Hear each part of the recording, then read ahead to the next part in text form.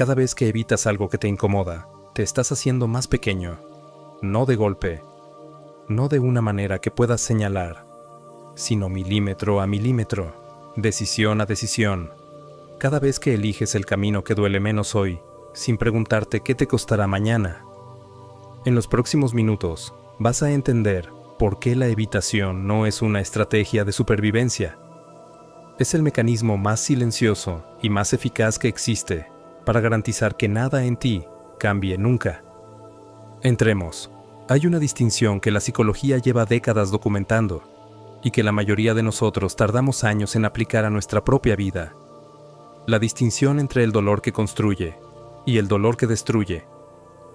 El dolor que destruye es el que se te impone sin que puedas hacer nada. La enfermedad, la pérdida, la traición. Ese dolor no lo eliges, te ocurre. Y gestionarlo es una tarea diferente, que merece una conversación diferente. El dolor que construye es el que aparece en el umbral de algo que todavía no eres, pero que podrías llegar a ser. El malestar de la conversación difícil que llevas semanas aplazando. La incomodidad de intentar algo en lo que podrías fracasar. El vértigo de mostrarte de una manera en que todavía no te has mostrado. Ese dolor no te ocurre, te espera. Piensa en algo que sabes que deberías hacer y que llevas tiempo sin hacer. No tienes que buscarlo. Está ahí, en algún rincón de tu conciencia, con la paciencia de las cosas que saben que van a ganar. El correo que no has enviado. La conversación que empiezas mentalmente cada noche y que nunca llegas a tener. El proyecto que abres, miras durante 10 minutos y cierras con la promesa de retomarlo mañana. No lo has hecho porque no has tenido tiempo. No lo has hecho porque las condiciones no eran perfectas. No lo has hecho porque hay algo más urgente. Siempre hay algo más urgente. Pero si eres completamente honesto contigo mismo, completamente honesto, sin el relato que te has construido para no tener que mirarlo, la razón real es que hacerlo implica un tipo de malestar que has decidido, de momento, no asumir.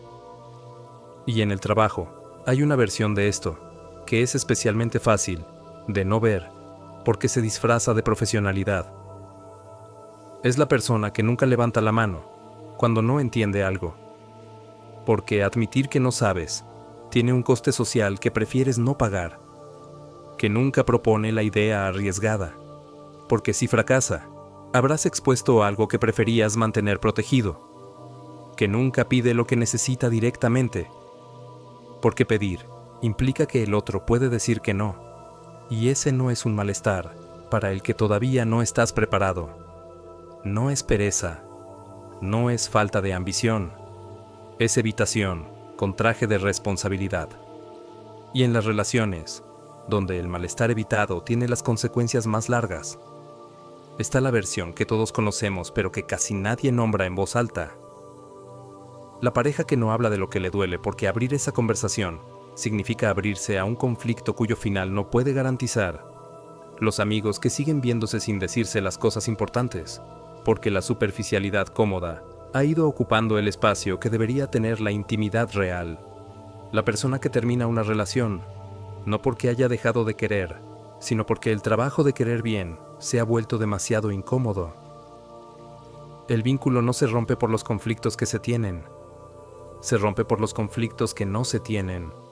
Lo que evitas no desaparece. Se convierte en el techo de lo que puede ser. Hay un concepto en la psicología junguiana que Jung llamó la sombra. No es una metáfora oscura, ni un término para lo malo que hay en nosotros.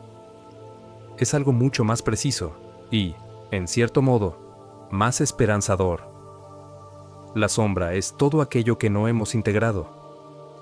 Lo que hemos empujado fuera del foco de nuestra conciencia. No porque sea malo necesariamente, sino porque en algún momento de nuestra formación aprendimos que esa parte no era bienvenida. Que era demasiado, que era inapropiada, que era peligrosa. El niño al que le dijeron que llorar era de débiles aprendió a empujar su vulnerabilidad a la sombra. El adolescente al que humillaron cuando expresó su ambición aprendió a empujar su deseo de destacar a la sombra. La persona a quien castigaron por decir lo que pensaba aprendió a empujar su voz a la sombra, y lo que Jung observó, en décadas de trabajo clínico, en miles de horas escuchando a personas que sufrían sin saber bien por qué, es que la sombra no desaparece por ser ignorada. La sombra habla.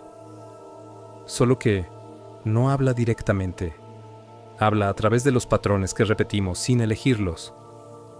A través de las reacciones desproporcionadas que nos sorprenden incluso a nosotros mismos.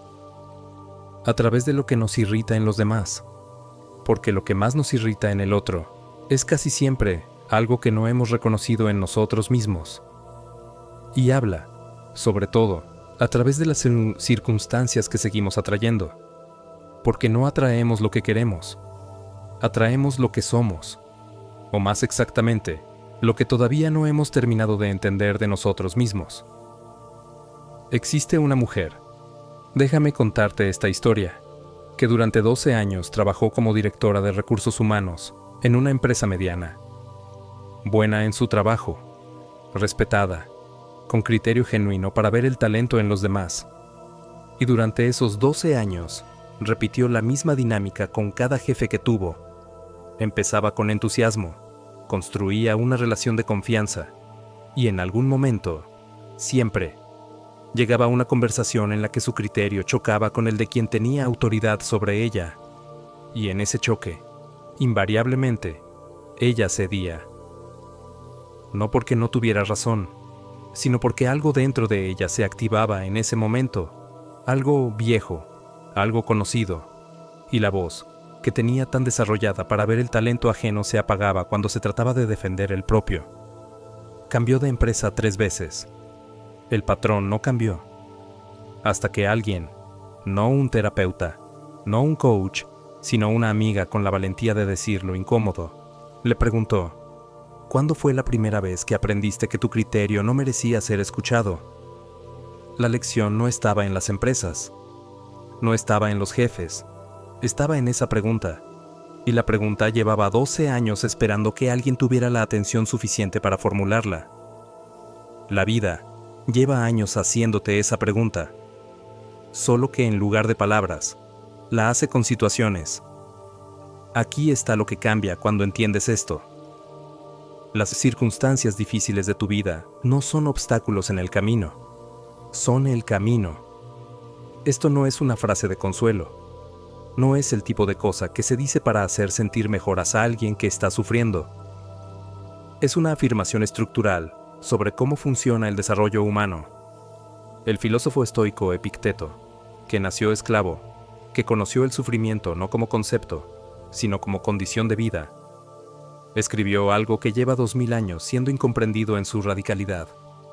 No busques que todo lo que ocurra como quieres que ocurra. Desea, en cambio, que lo que ocurra como ocurre, y encontrarás serenidad.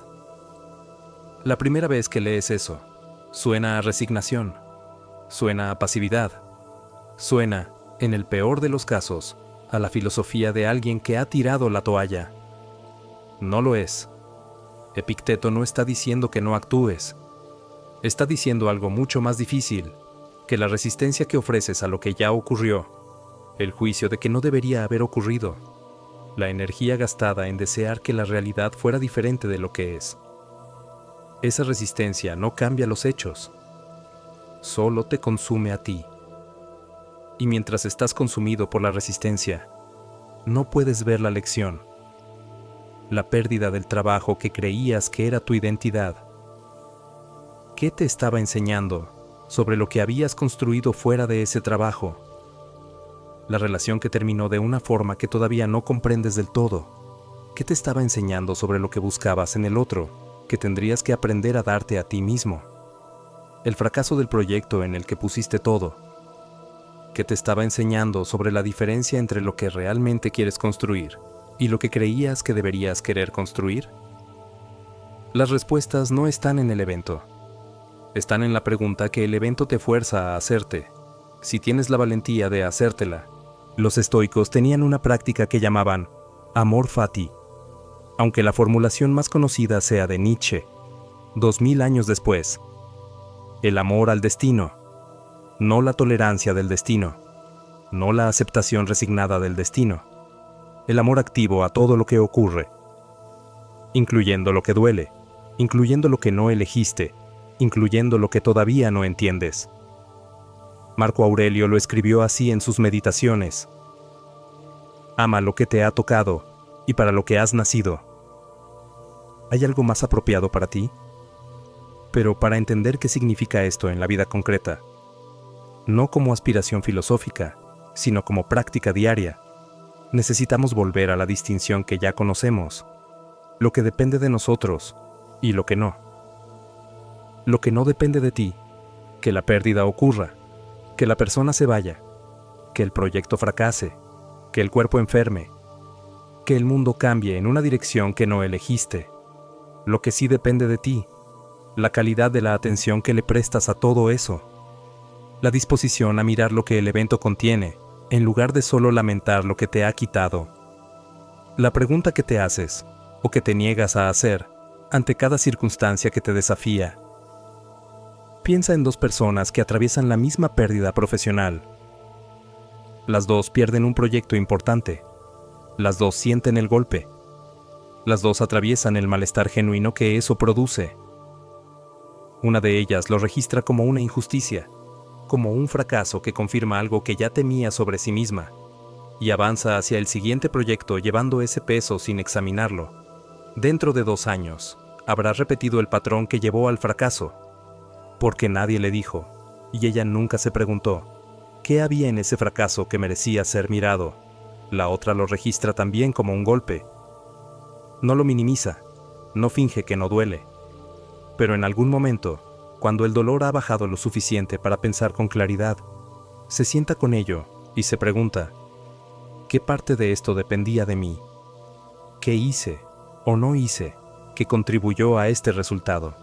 ¿Qué me está mostrando este fracaso sobre cómo trabajo, sobre lo que priorizo, sobre lo que evito? Esa persona no disfruta del fracaso, pero lo aprovecha. Y hay algo más, algo que los estoicos entendían y que la psicología contemporánea ha tardado siglos en formular de manera rigurosa. Las lecciones que la vida te trae no son aleatorias, llegan en la forma exacta en que necesitas recibirlas, lo que significa que llegan en la forma en que más te cuesta recibirlas. El impaciente aprende a través de la espera. El que necesita control aprende a través de la incertidumbre. El que evita el conflicto aprende a través de las situaciones que no pueden resolverse sin él. El que construye su identidad en el éxito aprende a través del fracaso. No porque la vida sea cruel, sino porque el aprendizaje real solo ocurre en el punto exacto donde tu patrón habitual ya no funciona. Eso que te está costando ahora mismo. Esa situación que querías que fuera diferente. Esa persona que no está respondiendo como esperabas. Esa parte de tu vida que se resiste a encajar. No es el problema. Es la pregunta. Y merece toda tu atención. No puedes forzar la comprensión. No puedes decidir de un día para otro ver lo que hasta ahora no has visto. Pero sí puedes hacer algo más pequeño y más real que eso. Puedes empezar a mirar con menos prisa. Puedes empezarte y preguntarte, ante lo que te incomoda en lugar de ante lo que te confirma, ¿qué hay aquí para mí? No como resignación, como curiosidad genuina, como la disposición de alguien que ha decidido que su vida, incluso sus partes difíciles, especialmente sus partes difíciles, contiene algo que merece ser entendido. La lección más importante de tu vida no está en el futuro esperando que la merezcas.